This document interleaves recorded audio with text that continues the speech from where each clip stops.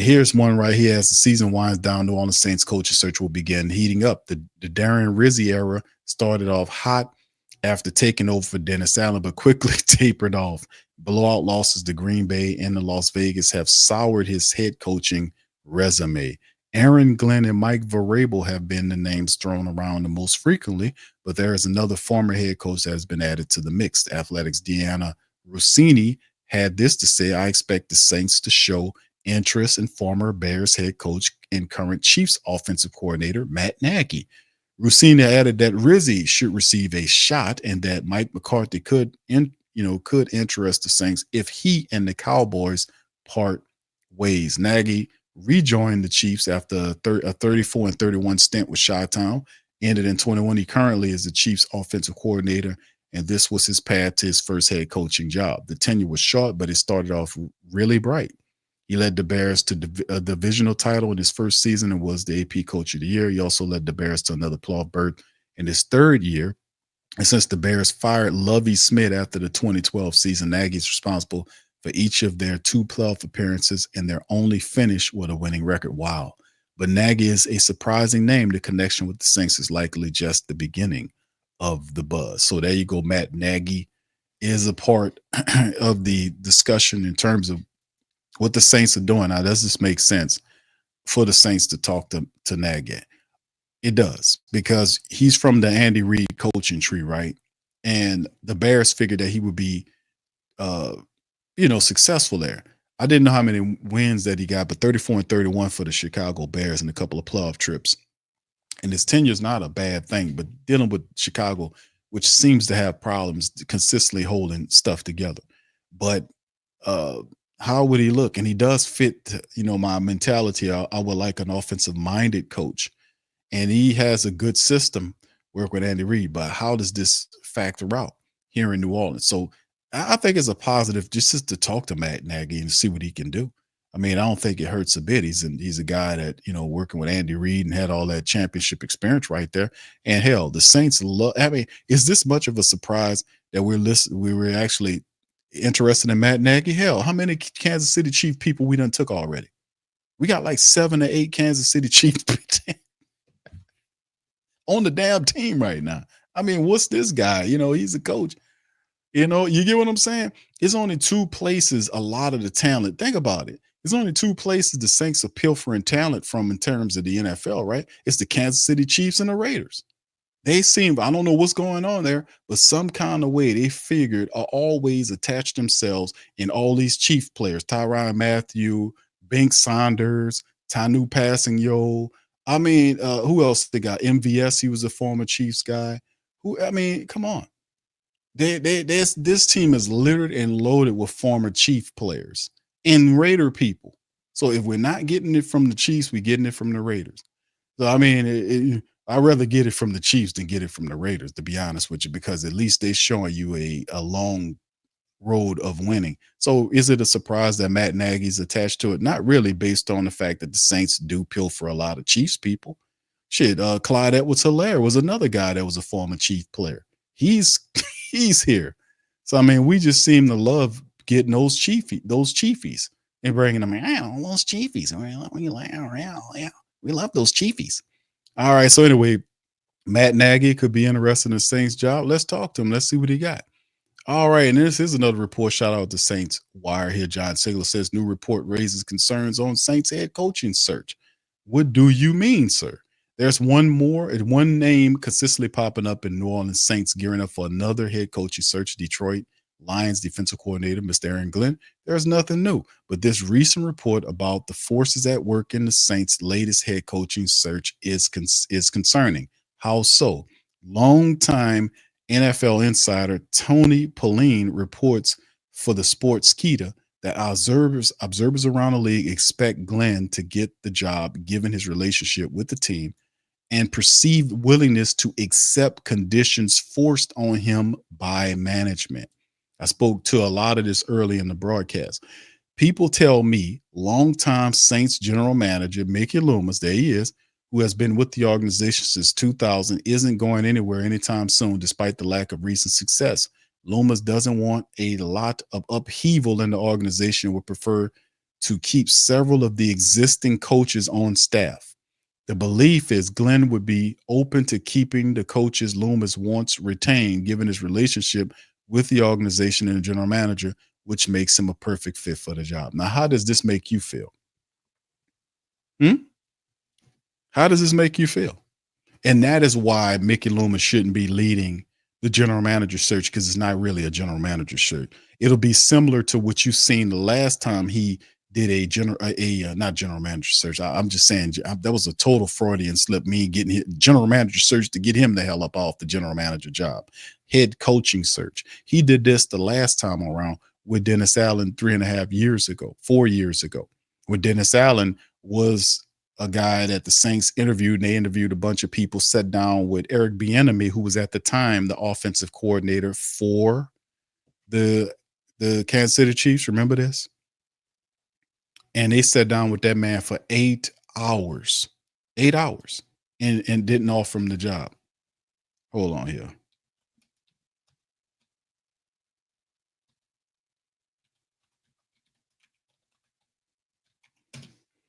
Hold on here.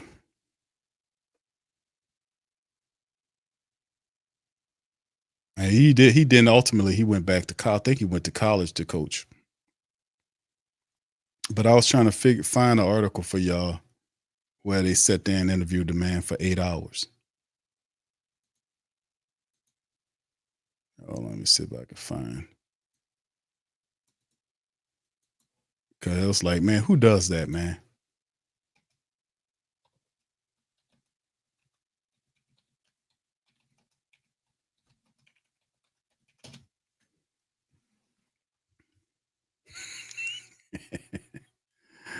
Hold on. I just let me do some quick. I just want to show y'all this, man, because I like to drop the receipts. Here it is, right here. Look at this. Saints wrapped up eight. Saints wrapping up head coach search after 8 hour Eric Bieniemy interview. Remember this? Sunday, February the 6th of 2022. Fowler, Eric Bieniemy spent nearly 8 hours with the Saints in person today. Interview just wrapped up, and now New Orleans will get to work on narrowing the head coach's search. They had some reports saying they were eating etouffee and all that shit. I remember that. I covered it on the show. I just wanted to bring out the receipts, man, to show you what this is, man. This was the last time Mickey Loomis ran an interview. This is what he did to Eric Bieniemy. 8 hours. You see what I'm saying? Man, come on, man. But back to this article right here. People tell me longtime Saints general manager Mickey Loomis, been with the organization, blah, blah, blah, doesn't want a lot of upheaval in the organization. Why the hell not? You had 4 years of failure and funk. You need upheaval. You need to upturn the apple cart, so to speak. You need to throw out this and move this around.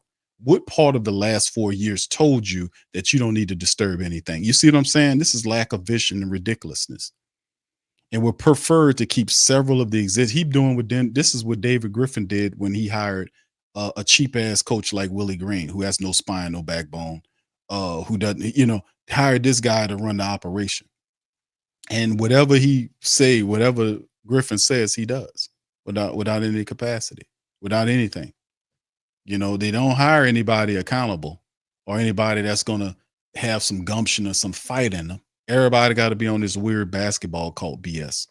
We're back. We're a family. Man, you paying them people to work there. What you talking about? You stupid or something? You paying these people to be here. What are you talking about? If you want a team to gel, have them to win together.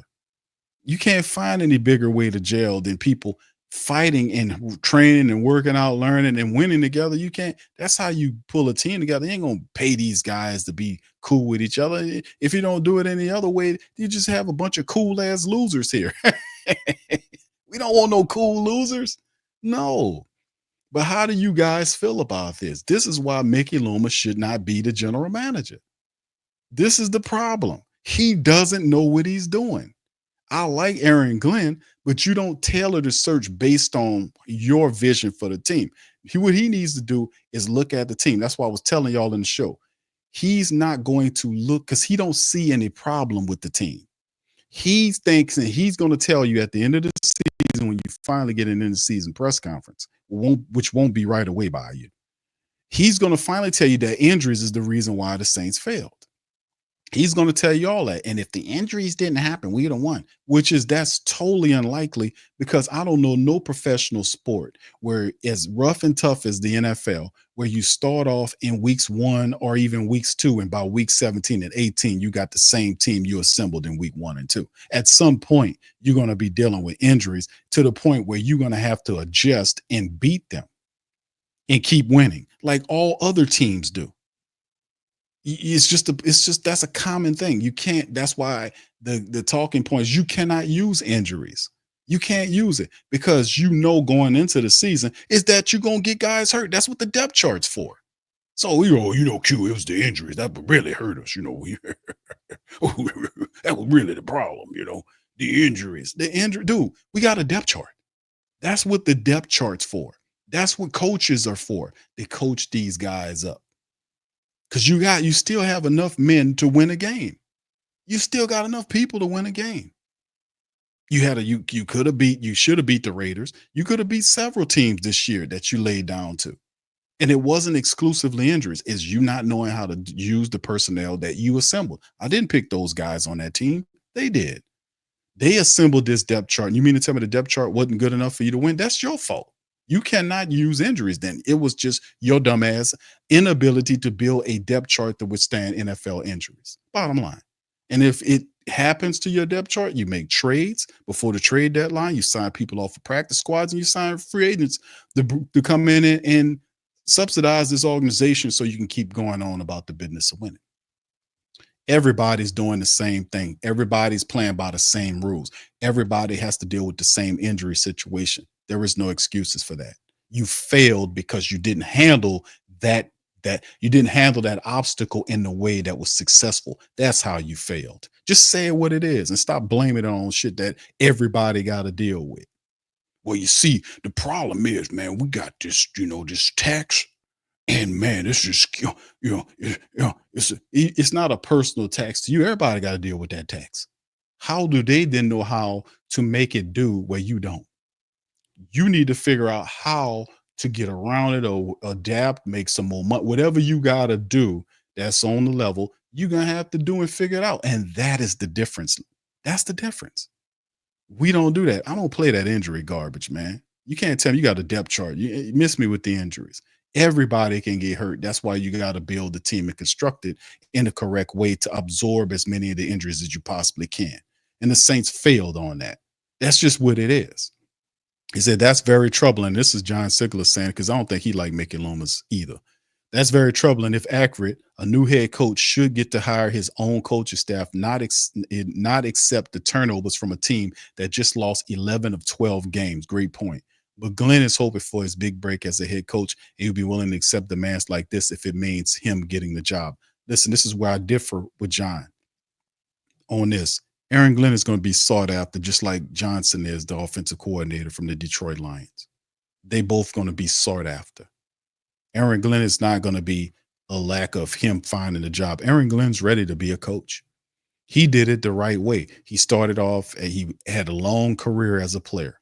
He then became a coach on the defensive side of the ball. He was a special teams coach, climbed up from special teams coach for several years into becoming a defensive coordinator. Went from defensive coordinator to going to be a head coach. They have a bunch of teams that are be willing to give Coach Glenn an opportunity to be a head coach. They're going to be plenty of teams. So he don't have to take the demands of the Saints position where he can go to another squad and get and have an opportunity to make more money because they could pay him. They're going to pay him. Well, the money is a different thing, but he'll be able to make his money, pick his own staff, be able to then not have to worry about the hellish salary cap situation that the Saints will be dealing with and is forced to win under restrictive measures. He's not that desperate of a coach. That's not who Glenn is to me. I think he'll have opportunities. It's better than the Saints' opportunities. Really is. Glenn does have a long history with the Saints. As Pauline said, he finished his career with the Saints in 08. He returned to the team as defensive back coach in 2016, the position he held into 2020 when he joined Campbell on Detroit staff. He also worked as a personnel scout with the Jets, the team that drafted him, Was also expressed. There you go. That's a good one. But do the Jets want to go back there after what happened with Robert Sala? That's a whole nother thing. Do they want, what do they look at? I don't think the Jets know what they want to do, but that could be an option for them too. He could be the right man for the job. If Loomis intends on retaining Clint Kubiak and his staff to try to replicate the success from the first 2 weeks of 2024, and maybe Darren Rizzi and his crew on special teams, Glenn could run the defense, but that's a flawed strategy. It's just rehashing the approach that got Dennis Allen fired. See, this is the problem. They don't have a quarterback they can win with because of the defense, because their defense is worn out, and the offensive depth chart is paper thin. It's garbage, it's pretty much what I'm saying. Bigger changes are needed than hiring someone who's such a similar resume to coach that they just dismissed. Now, this is true. At some point, Loomis needs to accept his window closed when Sean Payton left. He's 49 and 66 without Payton coaching the team. If Loomis can't come up with better material than this, then team owner Gail Benson needs to overrule him again, like she did when firing Allen. It might be time for Loomis to step down too. See, you hear the writers getting it. And this is one of our really good writers right here. Shout out to John Sickler, one of the more consistent ones. We got a lot of good ones, but he's very consistent. Good, and really, I like him because he don't play no BS. He calls them out like you just hear it here. A lot of people, they won't do that. They'll tiptoe around Mickey Loomis and they'll say some stuff, and I understand why you do that. But I do appreciate the writers that when they do, they put the arrow and the finger where it belongs. What's wrong with this team? It's this guy, Mickey Loomis. So yes, this is this a surprise here about it? This is basically the thing. That's why I was alluding and telling the family members that we need to move away from this guy in terms of him having a general manager position. Now, in terms of them moving Dennis Lauscha off the president's job, that takes vision, and I don't even. It takes vision to do that. Like, you got to see the man is not. He's misrolled. He needs to be rebranded something else that ties to what he does. You need a real football president there, a guy that can make that guy, the president, would be the smartest football mind in the building, is what I'm trying to head at. You get what I'm saying?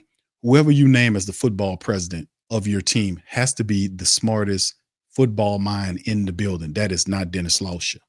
That is not, he doesn't know anything about that, which is a joke, because he can't keep the accountability model flowing downhill. You can't have two people at the top that don't know football, Gail and Lauscha. Come on. And then give it all to Loomis. Say, hey, you got it. You run it, Mickey. Oh, yeah, well, I'm the goddamn man. I'll do whatever I want to do. All I know. I don't want, And then he's saying injuries, like I told you. This guy don't know anything about this. He doesn't even look at the team correctly. He got rose-colored glasses, black glasses, orange glasses, all on the side. He can't see nothing. They don't see anything. It's all a bunch of foolishness. His evaluations suck, and he don't know what he's doing. That's the bottom line, because he's doing these things to be adversarial, and he's over-emotional. The Who Dat Nation did not guess wrongly on their comments and their critiques and criticisms of the New Orleans Saints organization. They did not choose wrongly. They were 100% right. We were right about Dennis Allen, and that chapped his ass. He ain't like that. So he continues. He don't even look at what happened in a logical mind frame going forward. He just sees it as the fact, well, those guys one up me. I'm taking it personal. Man, get out of here, dude. Get out of here. But I'm glad to see the reporters. They're covering this stuff and breaking it down. All right, we got two more to go. We're going to hit this one. NFL Insider says Saints appear to have interest in these two veteran head coaches. Now, we talked about this before, and this is here from the NOLA.com crew. NFL Network insider Tom Pelissero made an appearance Tuesday on Good Morning Football and dropped a couple of hints as to whom the Saints might pursue to replace Dennis Allen, who was fired November the 4th after a 7-game losing streak and replaced by interim coach Darren Rizzi. First, Pelissero mentioned New Orleans is one of many teams doing work on veteran coach Mike Vrabel, whom Tennessee fired after last season despite a largely successful 6-year tenure. Vrabel was 54-45 and led the Titans to the playoffs 3 times. Vrabel spent this offseason with the Browns as a consultant, but his contract there expired this week, freeing him up to interview for head coaching jobs. In addition to the Saints, Peter Schrager mentioned that the Bears, the Jets, and the Raiders, if if they fire first year coach Antonio Pierce as possibilities for Vrabel. Hopefully they don't fire Coach Pierce. I think Coach Pierce is a good coach. Hopefully he stays with the Raiders. I like him. The Jets, recent reports said I think the Jets interview for Rabel. The other name Palacero mentioned, one familiar to the Saints who followed the team's offensive coordinator search a year ago, was former Bucks and Raiders coach John Gruden. Former Bucks and Raiders coach John Gruden, who hasn't coached in the NFL since he resigned in Vegas after his offensive emails from years earlier surfaced publicly. Palacero said Gruden could have become the Saints' offensive coordinator if he had wanted it. It's not too sure to say for sure that Gruden will be back, but there's multiple teams that are doing extensive homework on John Gruden, the situation, him as a coach, him as a person. Palacero said, I would not be surprised to see at all if in the coming weeks you see John Gruden's name popping up in interviewing for head coaching jobs. Gruden is 122 and 116 as a head coach, including 5-4 in the postseason and a run to the Super Bowl title with Tampa in 03. That's actually was Tony Dungy's team, by the way. That Gruden won with, had Tony Dungy not left to go to Indianapolis, probably would have won the Super Bowl that year. Just putting it, but you got to get a man credit because at least he did take him there, even though that was, pretty much Dungy's team. But Dungy ended up getting this bowl anyway with the Colts, right? But anyway, let's address these two things. Number one, we talk about Mike Vrabel and what he was able to do.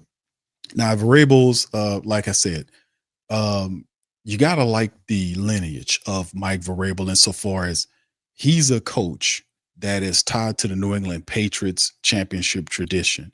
So he got a lot of Bill Belichick's coaching style and intelligence, stuff like that, which is, phenomenal.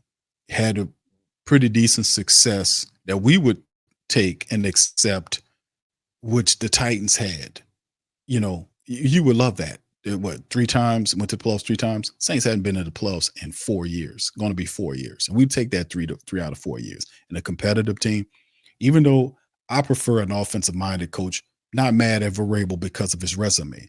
And this is an upgrade. It's like going to a wedding where you step over the broom, y'all hop over the broom. Yeah, that's how low the bar has been set. You know how you have the game where they hold up the broom and you dance up under the broom. What's that called? What's it called? What's it called when you at the party and they put the broom up here? You just or you just dance up under the broom. What's that called? The limbo or whatever it's called. You dance up under the broom, It ain't no dance. You don't have to break it down to get up under the broom. The broom on the ground. You just walk over it. That's how low the bar is set. The bar is sitting on the ground. That's how low the Saints set the bar. Ain't no need to get jiggy with it.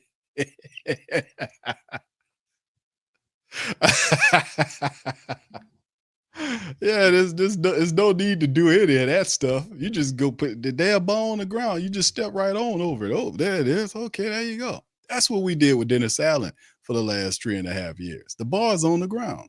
So anytime you hear them talking to we covered the Matt Nagy thing. You said, how you feel about Matt Nagy? Matt Nagy has championships. His offensive coordinator comes from that Andy Reid tree. Has some decent success with a team that you usually don't have success with, right?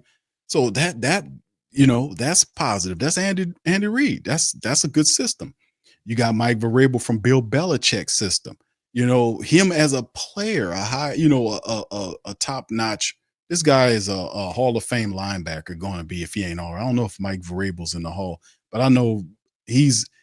Y'all let me know. Is Vrabel in the Hall of Fame?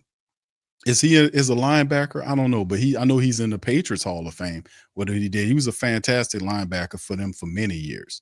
So he got a lot of the Bill Belichick winning system, but that's not bad coaching trees to come from Andy Reid's dominating NFL and Bill Belichick, the greatest coach that we've seen in recent memory in the NFL. That's not bad coaching trees. And then you talk about John Gruden, even though the scandals with email, John Gruden is very similar to Sean Payton, just Coach Payton's more conservative, I guess. I would say Gruden gives you the crazy looks and everything. But in the end, the reality is these coaches, all these guys that we talked about, are better coaches than our resumes are way up here versus what we was coming from. All of those coaches, resumes are up here. Even when you talk about Coach Glenn, we know Coach Glenn's going to be a good coach. I just don't want him. I don't. Whoever. If you're looking at Mike Vrabel is not coming here and taking your coaches. He's not going to do that. And if Vrabel's coming here, Vrabel's going to want a little control. He's sought after. He's looking for a head coaching job. If he comes to New Orleans, Mike Vrabel's not going to be keeping under your assistant coaches. He's going to pick his own people. That's a recipe to fail. We taking people just because you don't want them to, because you don't want, you don't want to cut them loose and settle with them. The hell with that. I pick my own people. So he don't fit that right away. If that is indeed the case, and Coach Chucky, if you can get over other stuff, and a lot of people like brush that under the table. They're looking at the football aspect of it. It's just how it work, right? Because we seen in these coaches, it wasn't even on the same level, right? Of what we seen, but we seen disgraced coaches in former stops. Like even if you go to the NBA, we seen disgraced coaches had issues that happened with their family that was frowned upon, eventually made it back into the NBA as head coaches. Whether it's the Emi Udoka thing that happened with him that was disgraced, that got him fired. People didn't want to touch him for a little bit. And then ultimately he some kind of way caught on as the new coach of the Houston Rockets. You had Jason Kidd stuff that was going on. I know it's a little different, but I'm saying I'm giving you a groundwork of disgraced coaches who ultimately, after a period of time, make it back to where they're going. And John Gruden has made it a point to know that he wants to coach again. He been said that.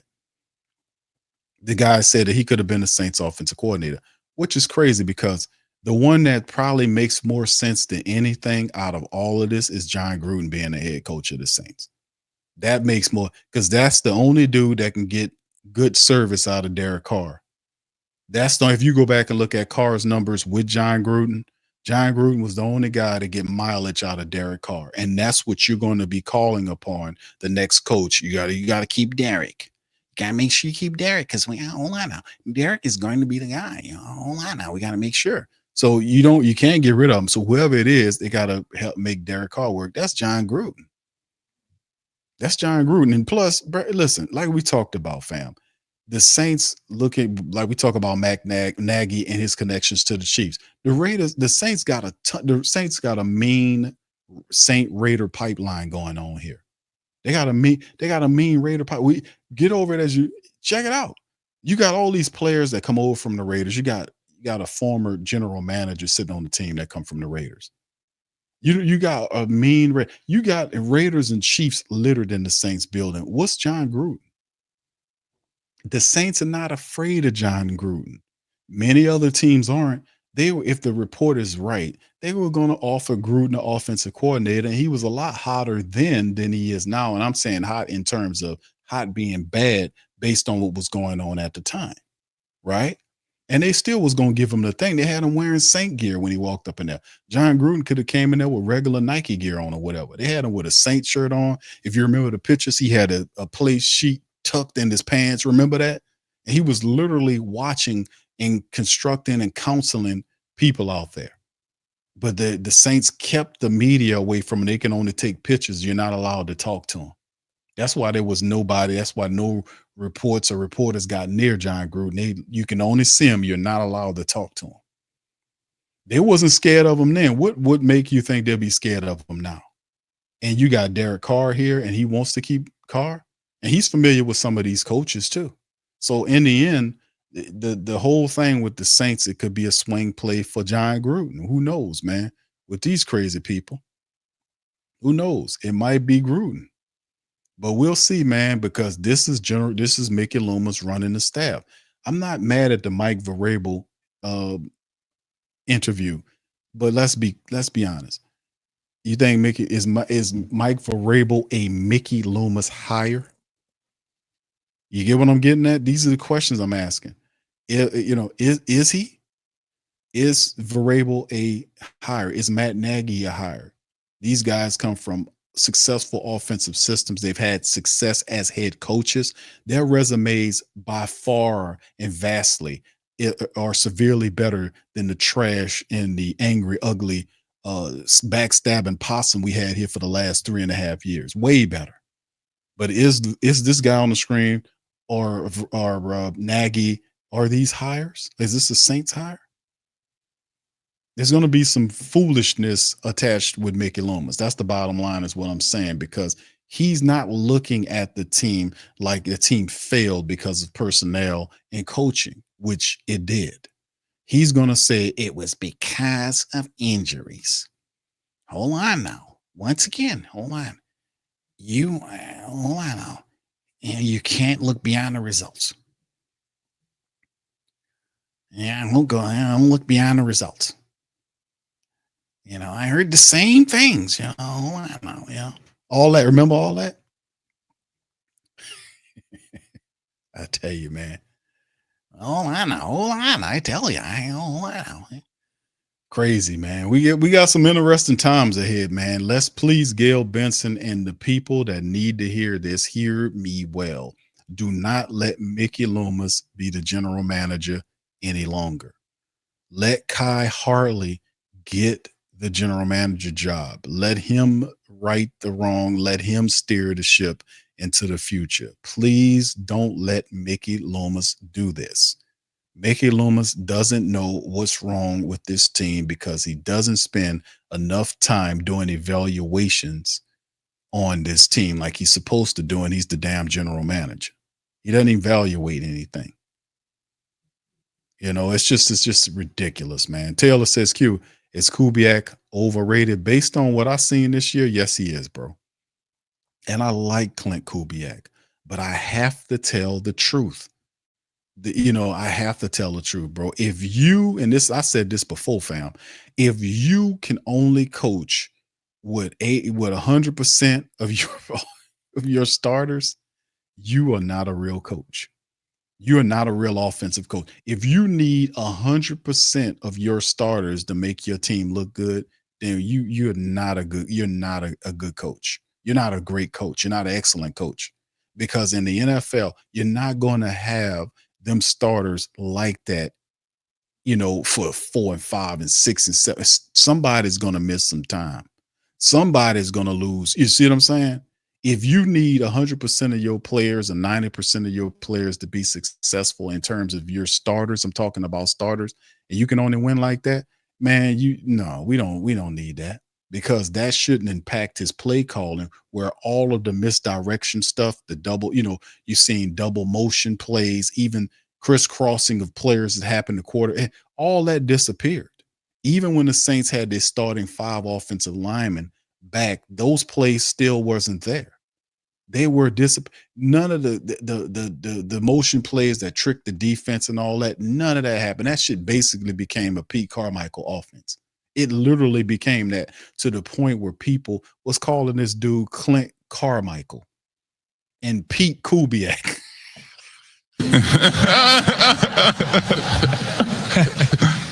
That is completely psychotic. But it's true.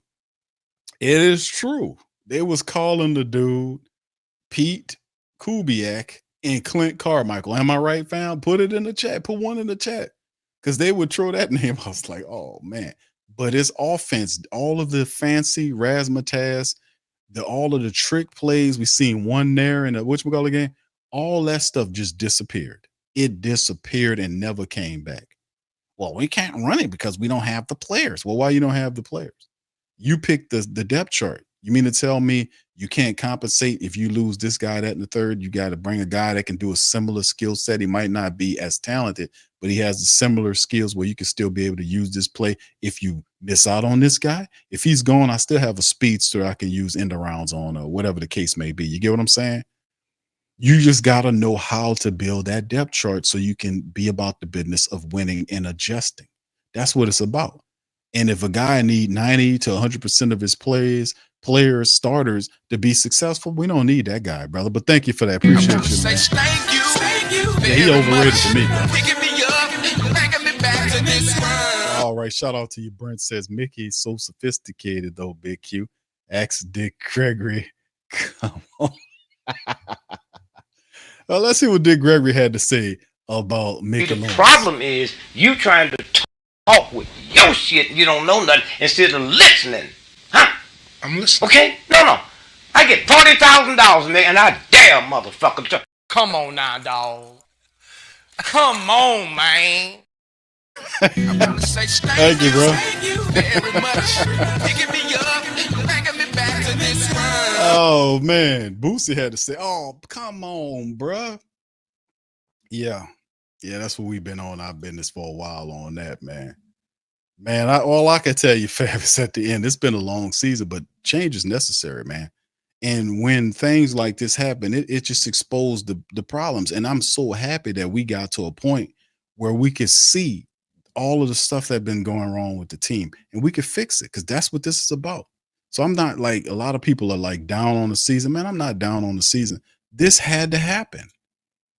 All of this had to happen. We had to have this so that we could fix the team, so we can move in the direction that we needed to move in. We needed to do this, so to be competitive moving forward. So we seen them get rid of what's his face, Possum, Coach Possum. We seen him get him out of here, despite making Lomas. The thing is, the next thing I can only hope for, if I can get her to just demote, just take the general manager position away from Lomas, give it to Kai, the guy already there.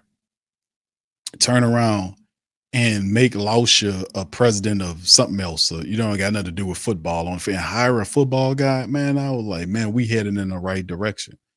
But the thing is, the flim flam and the foolishness of both of these professional franchises is so abundant and so apparent that is, I don't even know if she knows where to look first. Now the Saints will probably get the attention first because the Saints make more money than the Pelicans. So the Saints are the primary situation. We got to get them right.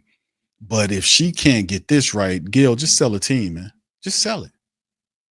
Just sell the damn team. You can't rely on Mickey Loomis to fix the team and not understand that he's the one that hired the possum. He's the one that got you $60 million in the red with bad cap management and poor decision making. He's the reason. So if you can't see that, then you need to just sell the team. I mean, this is not astrophysics. It's not. It's not. None of this is complicated. It really isn't if you know what you're looking at. It's not complicated. Why the Saints $60 million in the red? That's Mickey Lomas. He's the money manager. See, they ain't got a board of people that's doing the decisions. It's one guy it funnels to.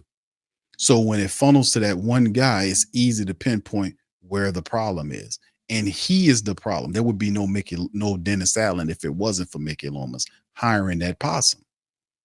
So, Gail, you don't have to fire Loomis as a VP. Let him keep his VP job. Just take the general manager job away and give it to Kai Harley and let him be the general manager. Just do that. And that would be so great. That'll be so excellent. That way, we don't have to worry about him trying to fit a coach toward keeping contracts that he don't want to get rid of or whatever the case may be. He wants to lock you in on this timeline to get you to 3 years so you get to cap nirvana and make you starve you out because you're not going to be active in free agency and getting cap guys next year because you got to get down $60 million from the red to the black in 25. And then in 26, based on what you do in 25, the cap money that you got in 26, which is 25 north of $23 million currently, will drop closer to the red from the black, depending on what you do this year. So if you're signing free agents, your own free agents or guys, that kicks it into next year.